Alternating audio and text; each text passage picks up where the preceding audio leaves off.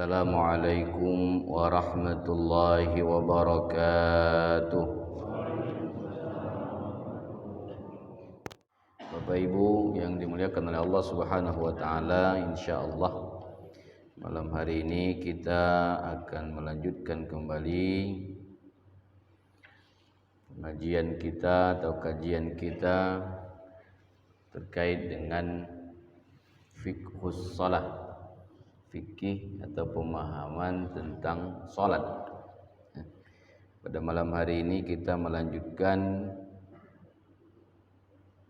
permasalahan sunnah di dalam salat menurut mazhab Syafi'i. Ini sunnahnya. Kemarin sudah sampai 30 lebih, 30 lebih. Ini kita masuk ke yang ke-33, sunnah yang ke-33. Insyaallah yang 30 yang sudah lewat, insyaallah galonya masih ingat ya. Insyaallah. Ya, kalau masih ingat alhamdulillah, yang tidak ingat ya. Memang manusia tempatnya lupa. Itu alasan yang tepatnya adalah manusia tempat lupa. Itulah alasan yang paling tepatnya. An-nas mahallul khata' wan nisyan. Al-insan atau an-nas mahallul khata' wan nisyan. Tempatnya salah dan lupa. Itulah. Jadi tak ada lagi alasan lain. Jadi yang ke-33 adalah mentadabburi apa yang dibaca atau tadabbur qiraah. Bacaan. Kalau dia bersama imam maka tadabbur qiraah. Mengapa demikian? Karena mentadabburi qiraah itu, mentadabburi bacaan itu mempunyai tujuan, maksud supaya dapat menghasilkan kekhusyuan di dalam salat. Jadi kalau kita ingin khusyuk, maka dia mentadabburi apa yang dibaca. Mentadabburi ini adalah memahami maknanya secara global saja. Karena dia dimaknai adalah mengartikan, tadabbur itu adalah mengartikan, maka kita kaget, bingung. Kalau masih yang pendek-pendek mungkin ada sebagian yang baca, tapi melayanglah panjang-panjang, mungkin tak tahu lagi mentadabburinya seperti apa. Maka yang dimaknai mentadabbur adalah memaknai apa yang dibaca. Memaknai apa yang dibaca. Itulah tujuan dari supaya dapat khusyuk ibadah, khusyuk salat. Kalau kita sendirian juga demikian. Jadi kalau pengen khusyuk ibadah salatnya, maka mentadabburi apa yang dibaca. Iftitah, bukan Allahu Akbar kabira, Allah Maha Besar, walhamdulillahi katsira, segala puji yang begitu banyak. Nah, itu kalau itu sudah semayang. Ala kelamu semayang. Wah, si tadabbur siko-siko. Bukan. Makna iftitah itu apa? Penyerahan diri. Menyerahkan diri kita. Apapun yang terjadi, baik itu ibadah yang kita lakukan, hidup kita di dunia ini, mati kita, ya. Itu artinya apa? Lillahi Rabbil Alamin. Maknanya demikian. Al-Fatihah juga demikian. Apa yang kita inginkan dari baca Al-Fatihah?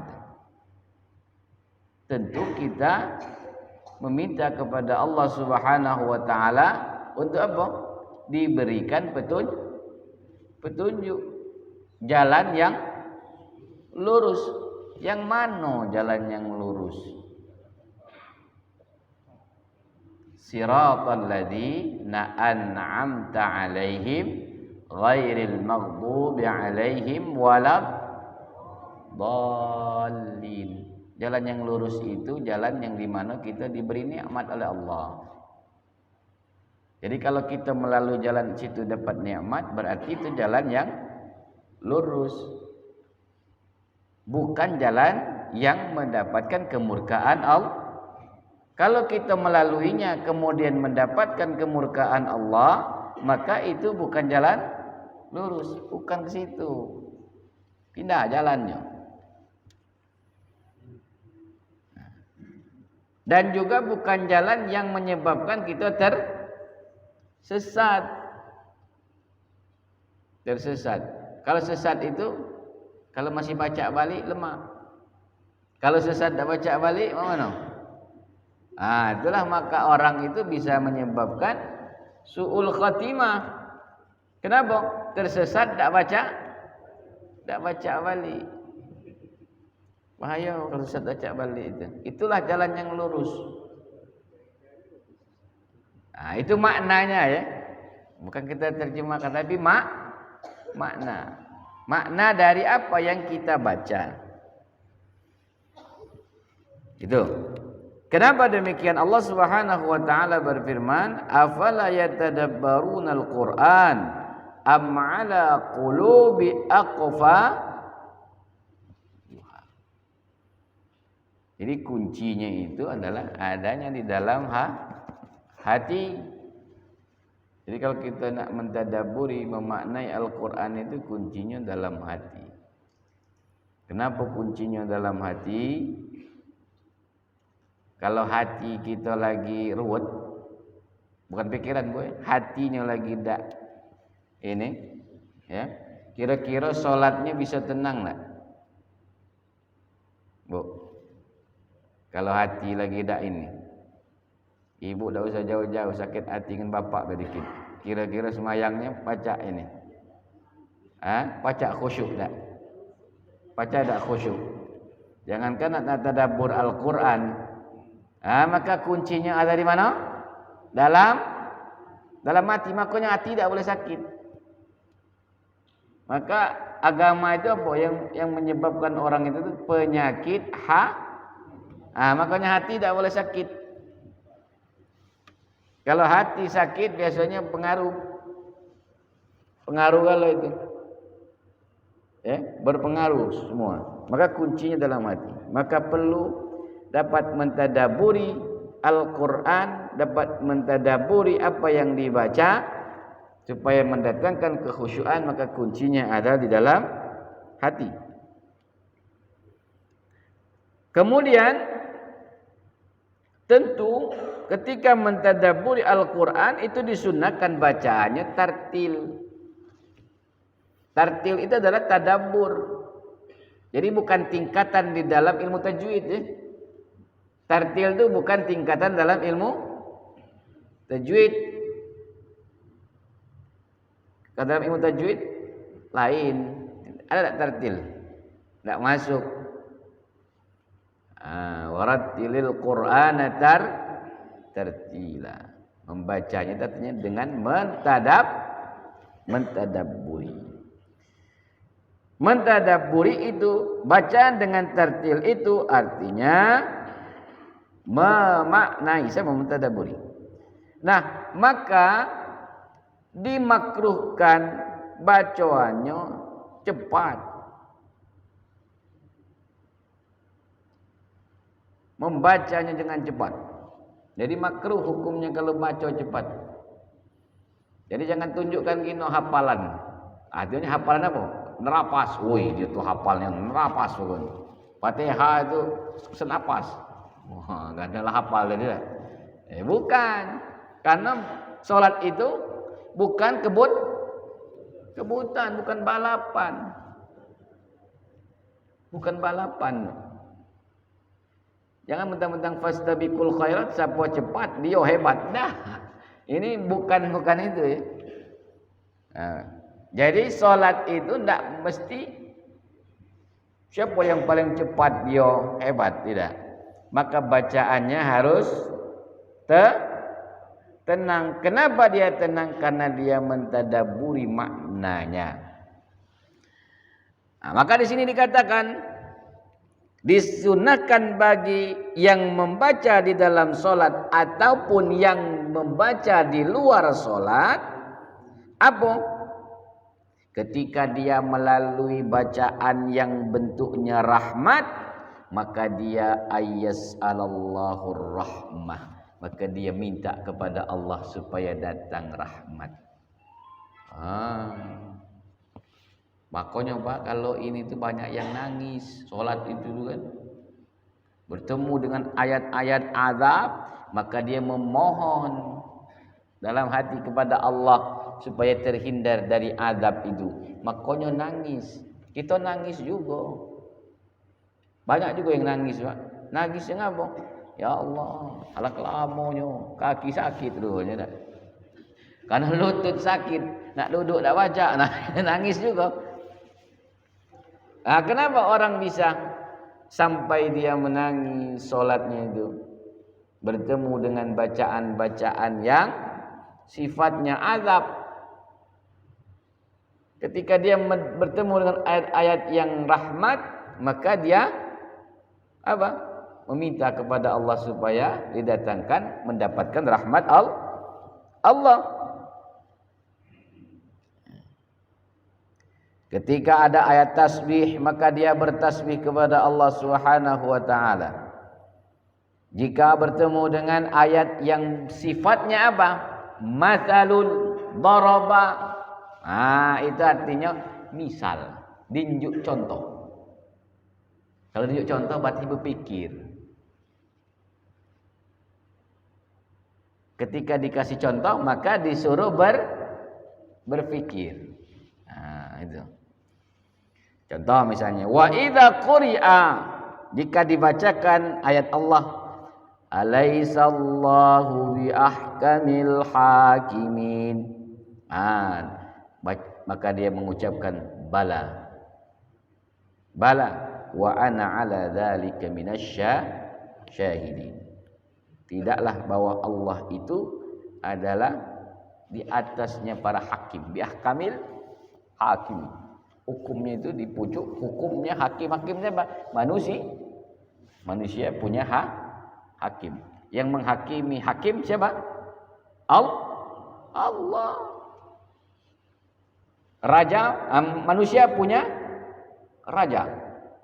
Siapa rajanya para raja? Allah. Bala. Alaisa pakai hamzah di depan itu bentuknya adalah pertanyaan. Apakah? Ya, itu. Maka jawabannya bala. Kalau ketika ahadza, maka jawabannya bala. Alaisa bala. Wa ana ala dzalika minasyahidin. Jika dibaca wa idza quri'a fa bi ayyi haditsin ba'dahu yu'minun, maka jawabnya amantu billah. Wa bi ayyi haditsin ba'dahu yu'minun, maka amantu billah. Wa idza quri'a faman ya'tikum bima'in ma'in, apa? Allahu rabbul alamin. Siapa yang mendatangkan dengan air tadi kan? Artinya tentang penciptaan manusia. Siapa adalah Allah rabbul alamin. Maka ini yang ke-33 tadi tadabbur qiraah, mentadaburi bacaan supaya dapat kekhusyuan di dalam solat. Jadi yang tidak lagi mengatakan kalau solatnya khusyuk itu artinya tidak terasa apa-apa. Gigit nyamuk tidak terasa. Itu kan bukan. Kapan kamu gigit nyamuk tidak terasa, coba periksa dulu, Pak. Iya, jangan-jangan kaki itu tidak ada ini lagi gitu kan. Iya, apakah kamu kesemutan kaki itu tidak terasa lagi gigit nyamuk? Bukan. tidak dirasakan, bukan tidak terasa, tidak dirasakan. Sama cak wong saking asiknya misalnya ngirup pindang, tidak sadar kalau wong datang, bukan tidak sadar dia tadi tidak terasa wong datang, saking menikmati itu, saking menikmati solat itu, mentadaburi solat itu, memaknai solat itu, sehingga tidak terasa kalau tegak telah lama. Nyamuk ni sampai ini berbaris di kaki, tidak terasa digigit. Dari mana? Menikmati solat. Tapi kalau tak nikmat solat tu, walaupun pendek, bertepak-tepak kalau gatal beda. Tak katik nyamuk tapi terasa gatal. Pernah tak, Pak? Pernah tak? Tak gatal be terasa gatal. Berarti itu solat tidak dinikmati. Ngapa? Jangan-jangan kita masih terpikir ada gawian, terpikir urusan dunia. Nah, maka ini sunnah berikutnya apa? Apa sunnah berikutnya? Kasratuz zikir. Atau tadabbur zikir. Mentadaburi zikir. Tadabbur zikir ini tadabbur bacaan.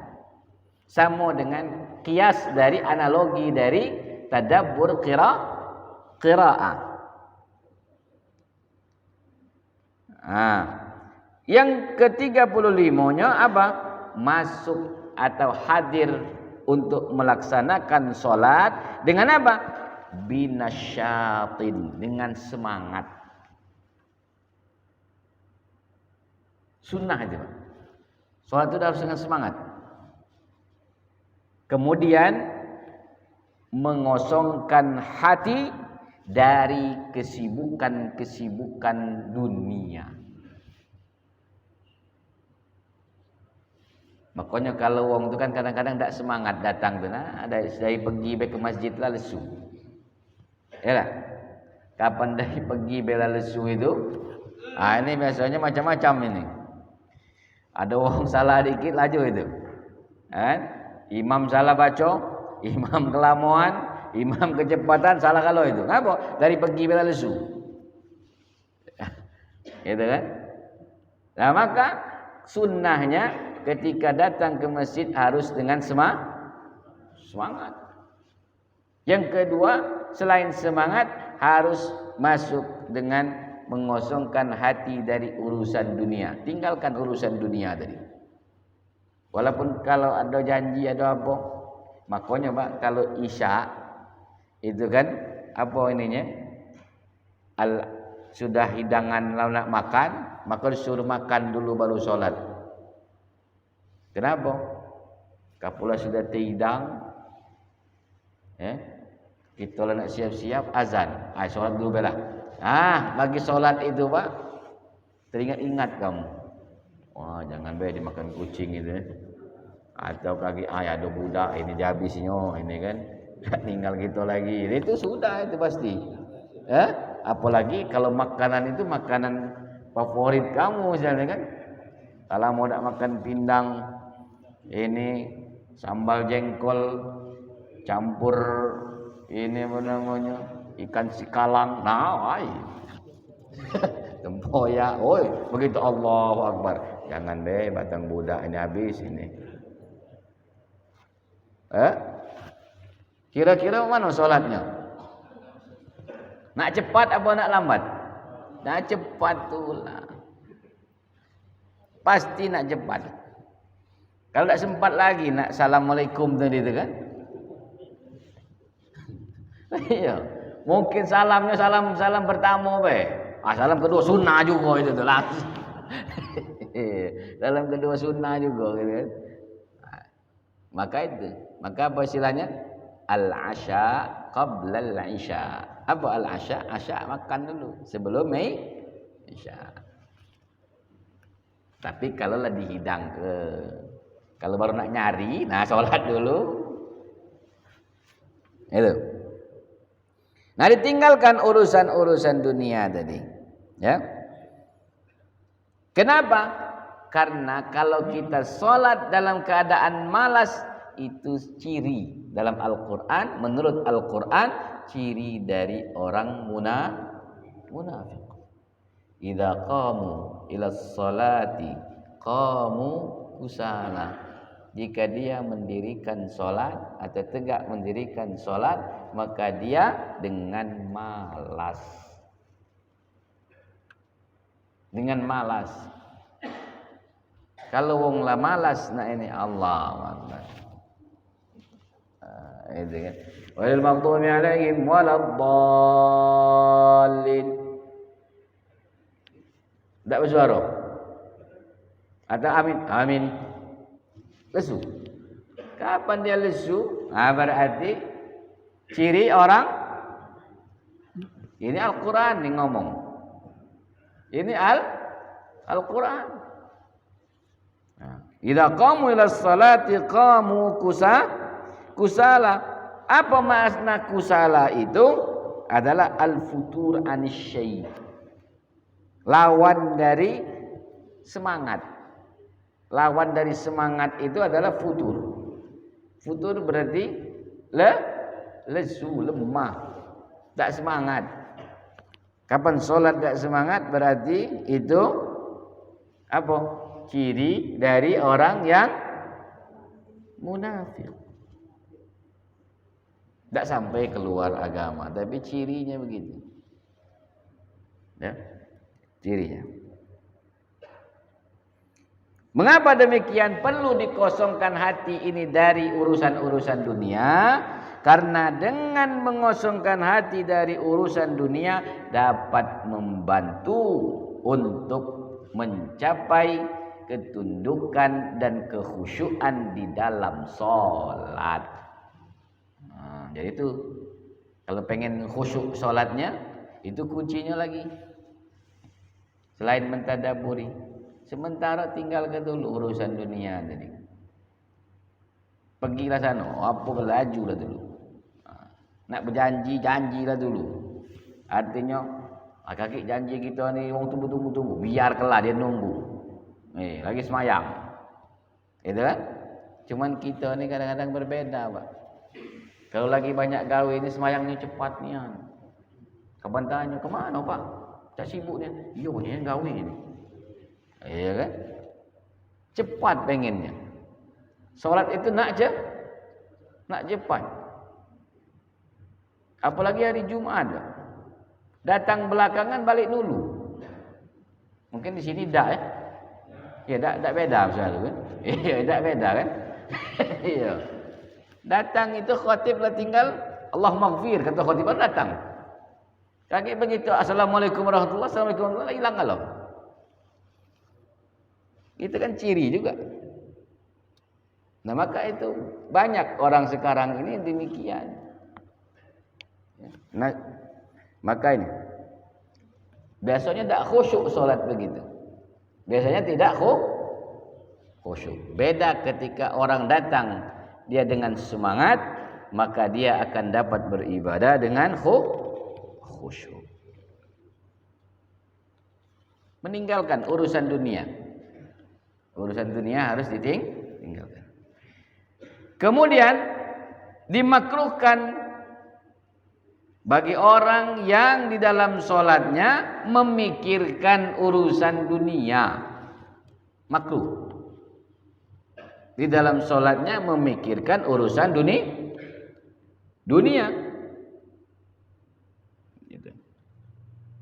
Atau di sini disebutnya juga atau masalah fikih. Atau apa masalah fikih itu? Misalnya kan gerakan kamu tadi, pokoknya begitu sholat yang dipikirkan gerakannya mau mana, ini mau mana gitu kan. Nah, kalau nak prakteknya itu latihannya simulasi dulu sebelum sholatnya. Nah, kalau sholatnya tidak usah dipikirkan lagi itu tuh. Tidak usah dipikirkan lagi mau mana gerakannya, mau mana ininya. Kalau nak bagus sholatnya simulasi dulu. Simulasi sebelum sholat nih. Ya. Tapi kalau jadi dalam sholat niat, tidak usah lagi dipikirkan. Tidak usah lagi dipikirkan. Kamu kalau dipikirkan, kalau kaki salah ruku aku nih. Kalau kaki sujudnya salah gitu kan. Nah akhirnya apa? salatnya menjadi tidak khusyuk. Nah, ketidakkhusyukan itu dapat menyebabkan makruh dalam salat. Tapi kalau dia memikirkan urusan-urusan akhirat, maka tidak apa-apa. Tidak apa-apa. Dan kalau dia memikirkan apa yang dibaca, artinya mentadabur yang dibaca, maka itulah yang disunnahkan. Itu yang ke-35. Nah, 36. Karena nanti dalam mazhab Syafi'i ini ada 40 sunnah salat. Yang 36 apa? Mengingatkan imam yang salah di dalam salat. Bagi laki-laki maka dia mengingatkannya dengan bacaan subhanallah. Tapi kalau ibu-ibu dengan cara menepukkan tangannya. Telapak tangan kanan tepukkan kepada punggung tangan sebelah kiri. Ini jangan main. Nih. Rajun. Rame pula. Subhanallah itulah juga sikok wae. Subhanallah. Saya rame. Bingung imam yang mana ini. Imam itu baru pula kan, imam terbang labu. Tambah imam tu tak baca lagi, lupa dia. Imam itu imam pengganti, jangan macam supir pengganti tu Pak, kalau diklakson dong terus itu tu, bingung dia. Nak ngerem laju ngegas. Wah, itulah juga imam. Kalau imam itu Pak terlalu banyak yang ingatkannya itu bingung juga dia, yang mana yang benar. Apalagi kalau ayat itu hafal kalau. Benar tak sini? Hah? Jadi kalau dia baca surat pendek, ternyata banyak yang hafal. Nah itu biasanya banyak yang mengingatkannya itu. Sehingga kadang-kadang imam dewek bingung yang mana yang dibaca ini kan. Ternyata mengingatkan ini salah pula bacaan. Nah, maka ini sunnah juga mengingatkan imam ketika dia salah di dalam pelaksanaan salat. Sunnahnya apa? Sunnahnya bagi laki-laki mengucapkan subhanallah. Kalau ibu-ibu maka dia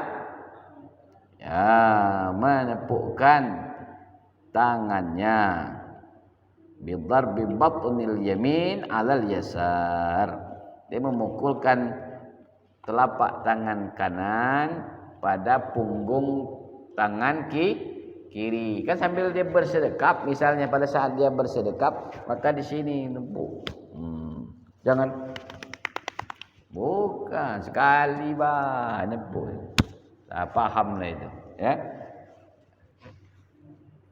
Nah, kenapa kalau dia sifatnya akhirnya jadi bercanda atau jadinya sifatnya main, maka itu jadi batal solatnya. Yang nepuk tadi batal. Ya. Nah, itu. Ini nepuk jadi batal, Pak. Ya, itu. Dalilnya mana? Man nabahu syai' fi salatihi falyusabbih wa innamat tasfiq lin nisa. Jadi barang siapa yang mengingatkan sesuatu dalam solat, maka dia bertasbih. Bagi siapa ini? Bagi laki-laki. Sedangkan perempuan wa innamat tasfiq lin nisa, dia memukul tangannya, ya. Itu sunnahnya. Kecuali mazhab Maliki. Kalau mazhab Maliki sama dia ketika dia mengingatkan dalam solat maka semuanya bertasbih, mau laki-laki ataupun perempuan, menurut mazhab siapa? Mazhab Maliki. Nah, yang empatnya ini perbedaan antara laki-laki dan perempuan di dalam solat. Sunnah. Jadi ada perbedaan antara laki-laki dengan perempuan di dalam solat. Hanya 4 poin. Yang pertama adalah kalau laki-laki itu sikunya itu dia jauh dari sisi tubuh pada saat dia rukuk dan sujud. Jadi pada saat rukuk dan sujud maka sikunya jauh. Kita contohkan, ya tak? Maka atau juga mengangkat perutnya sangat dengan paha jangan sampai kena pada saat rukuk dan sujud. Kita tunjuk contoh dikit. Jadi kalau laki-laki itu siku ini agak jauh, angkat, ya, angkat. Pada saat dia ruku maka ini jangan menyentuh paha. Perut jangan menyentuh paha. Nanti itu laki-laki. Pada saat sujud juga demikian, tidak boleh yang laki-laki ini sujud. Ininya kena paha. Kaki sujud ini.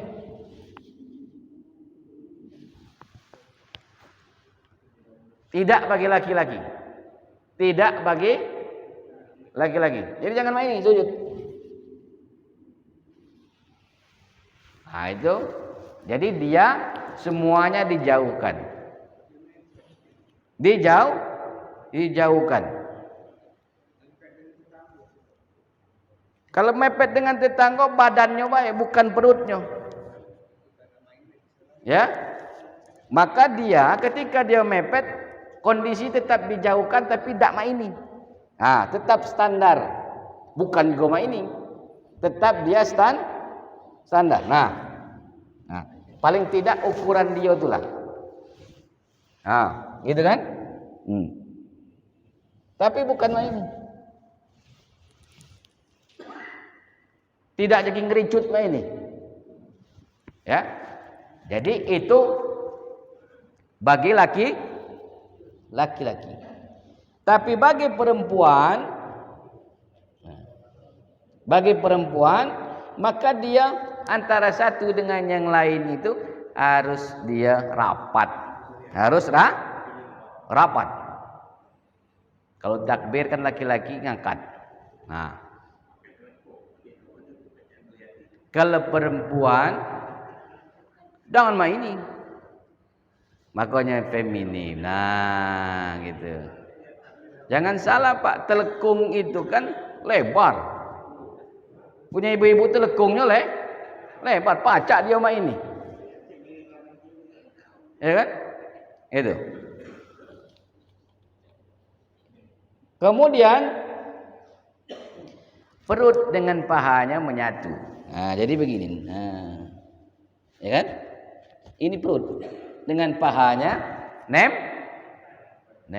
Beda. Laki-laki harus dia jauh. Jauh. Kaki juga nempel, kakinya rapat. Kakinya bagi perempuan rapat, Bu. Beda dengan bapak-bapak. Kenapa? Tujuannya adalah apa? Sebagai sater. Sater itu pembatas penghalang. Makanya dia berbeda dengan laki-laki. Jadi itu beda yang pertama. Perbedaan yang pertama. Yang kedua.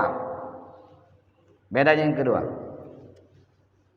Bagi laki-laki itu sholatnya jahar, di kondisi jahar, kemudian sir pada kondisi dia sholatnya sir, ya. Sedangkan perempuan sholatnya itu disirkan atau suaranya dikecilkan jika dia sholat hadir di antara dia sholat itu ada laki-laki.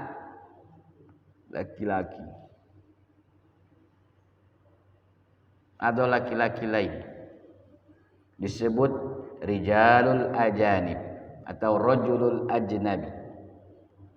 Ajanib itu artinya orang yang tidak satu mahram. Artinya orang asing. Orang asing itu siapa? Yang tidak terkategori mahram maka disebut orang asing. Nah, itu maka suaranya volumenya dikecilkan.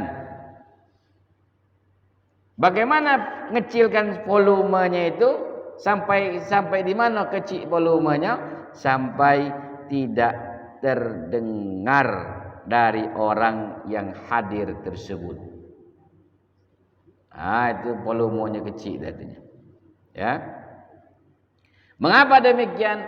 Daf'an lil fitnati, untuk menghindari supaya tidak terjadi fitnah.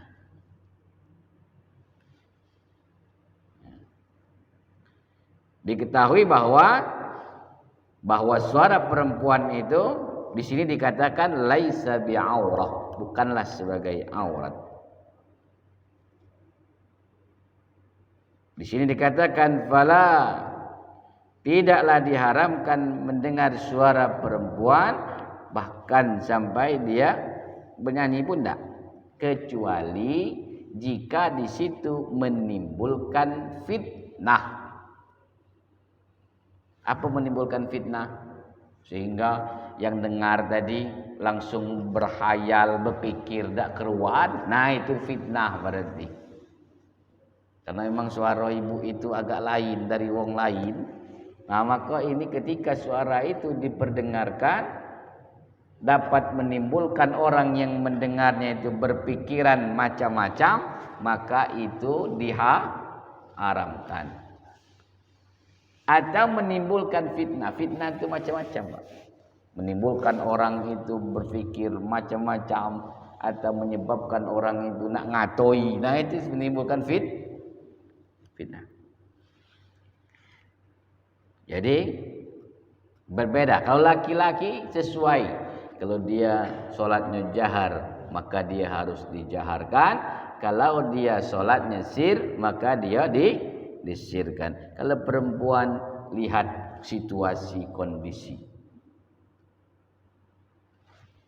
Ya, itu. Kemudian yang ketiga.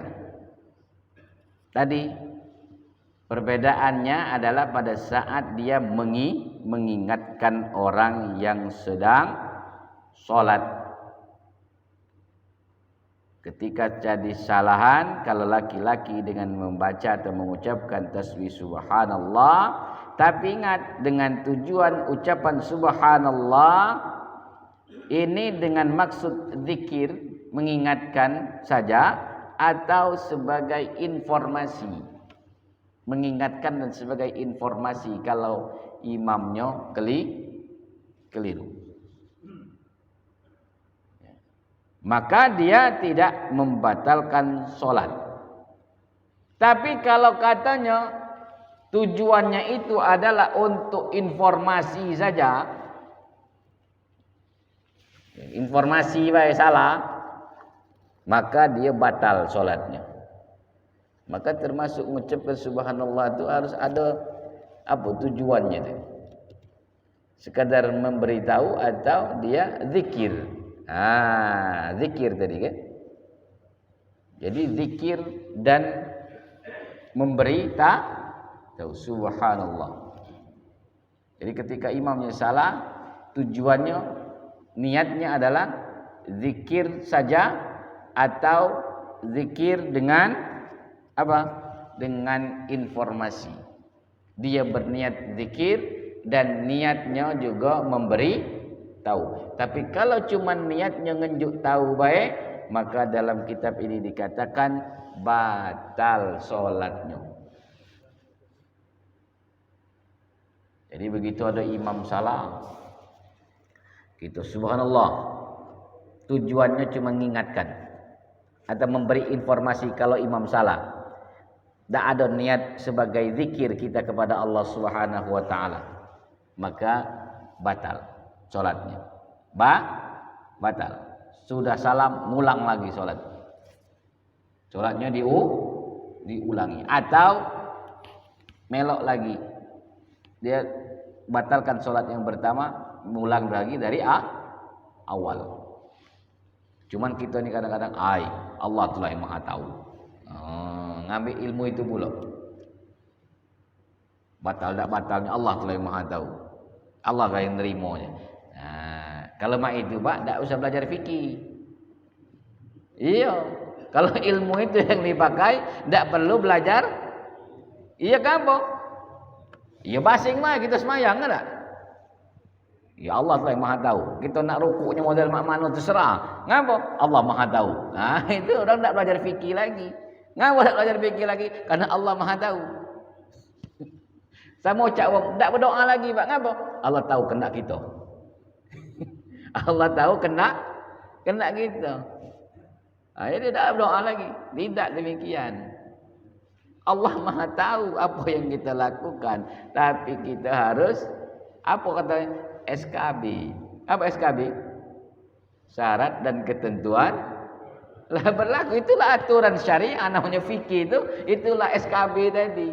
Ada syarat, ada ketentuannya. Kalau kita ngomong itu Ustaz urusan Allah lah, terima nak terima, jadi pokoknya aku sudah semayang.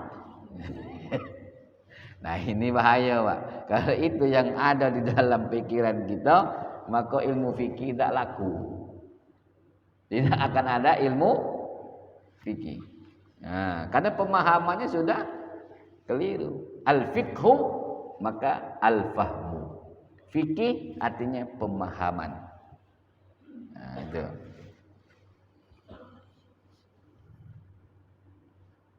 Kemudian sedangkan perempuan, jika dia mengingatkan sesuatu di dalam solat, maka dia tadi menepuk. Ya, itu kalau dak kati lanang. Kalau dak kati,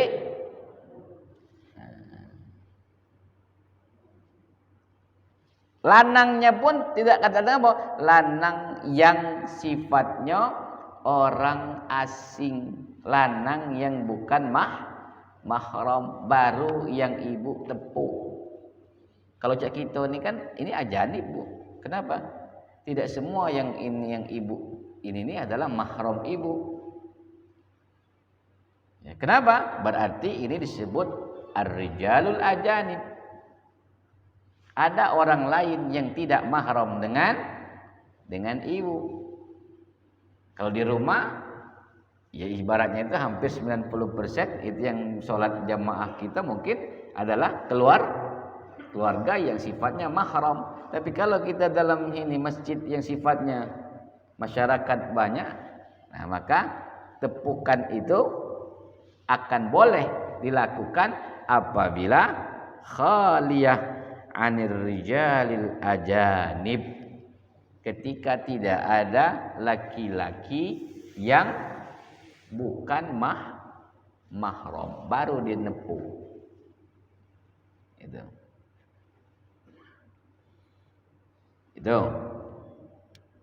Nah, tidak boleh mukul tangan tadi, ya, bagi perempuan dengan tujuan main. Kalau dia bermain, walaupun sedikit.